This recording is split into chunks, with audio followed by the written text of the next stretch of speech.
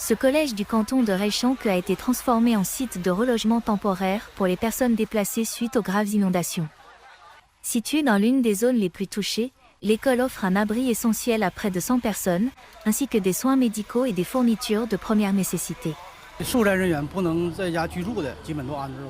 Tous les villageois de notre commune qui avaient besoin d'être relogés ont été transférés sur ce site. Nous disposons de camions de pompiers, d'ambulances et de l'aide de la Croix-Rouge qui veille à ce que chacun reçoive 3 repas par jour. Le personnel médical est prêt à fournir un traitement immédiat pour toute personne ayant un ennui de santé. Le lieu le plus fréquenté du site est sans aucun doute la zone située près du camion de nourriture.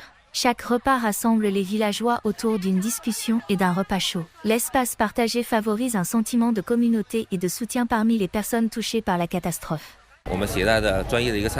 Nous avons apporté une cuisine mobile qui peut servir 300 personnes à chaque repas. Le menu d'aujourd'hui inclut des cuisses de poulet avec des pommes de terre et du porc épicé. Beaucoup des volontaires que vous voyez ici sont des villageois locaux qui se sont joints à nous, aidant à cuisiner, à distribuer la nourriture et à maintenir l'ordre.